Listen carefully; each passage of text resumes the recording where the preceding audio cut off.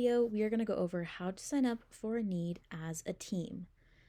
So to start off, it's going to be pretty similar to how you sign up for a need by yourself.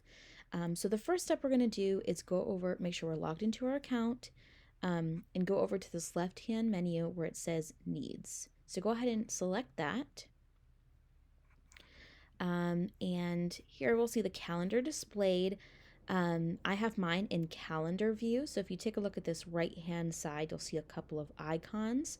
Mine is in this calendar view. And I find this to be the easiest way to look at the needs and sign up and understand what needs there are. So I'm going to go over to April. So I'm going to toggle over using this little arrow until I get to April. So just like, if you're signing up by yourself, you can still use these, search by and filter by options to help you find a specific show or need you're looking for. So everything is similar there. If you know what show or date you want to sign up for, that works as well. And again, just like if you're signing up individually, you can hover over these needs and see the spots available, the show title, the position, all of that. One thing to keep in mind is that if you are signing up for a show with a team, you'll want to make sure that there are enough spots available. So we'll see this need that I'm hovering over right now. It says that there are 10 spots available. So plenty of spots for me and my team member to sign up. If there's only one spot, obviously you won't be able to sign up as a team. So just something to be aware of. So I already know that I would like to sign up for April 6th as a Loge Mez usher at the Palace for Trixie and Katya Live. So I've hovered over it and I see that there are plenty of spots available. So just like if I was going to sign up by myself, I'm going to go ahead and hit that need. It's going to bring me to the show page. So typically, if I was going to sign up by myself, I would just hit this respond individually button. But this time I want to sign up with a friend, so I'm going to hit this respond as team. And this will appear when the need has more than one spot. So for example, accessible restroom at the Palace only has one spot. So for that need, you won't be able to sign up as a team because there's only one spot as an option. But for this one, there's plenty of spots available. So I'm going to hit respond as team. So if this is the first time that you're creating a team, you'll need to come up with a team name. And again, this can be creative. It can be your last name. It can be really whatever you want it to be.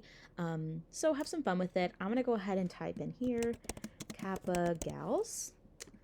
And the first thing you want to do after you create that team name is go ahead and add yourself. So you'll see this add me button, and it'll add you as a user. You see my name appear below here, and that just adds me as part of the team. The next step is to start adding your team members. So you can add several people. You can add them based on the needs. So if there are 4 spots available, you can add up to 4 people. This one, there's 10 spots available. So if you really have 10 people you want to sign up for, I guess you could do that if you'd like. Or you can just add one person. A lot of times we have just one other person on the team, but feel free to add who you like and who you want to volunteer with. So I'm going to go ahead and add my team member by selecting this add volunteer button. And this is important. You will need to know the correct email for your team member. You want to make sure that this is the email that they use for their Galaxy Digital account, so that it pulls up the correct information, and they get credit for their show. That's important. So you'll see here. So I am going to type in Kristen's email. So you will have to type in the full thing, but you'll see it. So once I've typed in her email, the system will recognize that this is a correct email. Because when I go to type in her first name and I select first name, you'll see this window appear and it says, is Kristen, example, the user you want to add? And that is the user I'm trying to add. So it has recognized the email in the system and just showed me the name of the volunteer. So if for some reason you're typing in an email and clicking on, you have to type in the first name and last name and nothing is coming up, that's a good sign that you perhaps have the wrong email address. And that'll kind of be difficult for them to get credit because it won't be their account. So just important to make sure that you're typing in the right email. So it has popped up with this window. Is this the user you want to add? And I'm going to click yes. So you'll see now that both of our names are displayed under this window, and these are, you know, the two team members. If that's all you want to add, that's totally fine.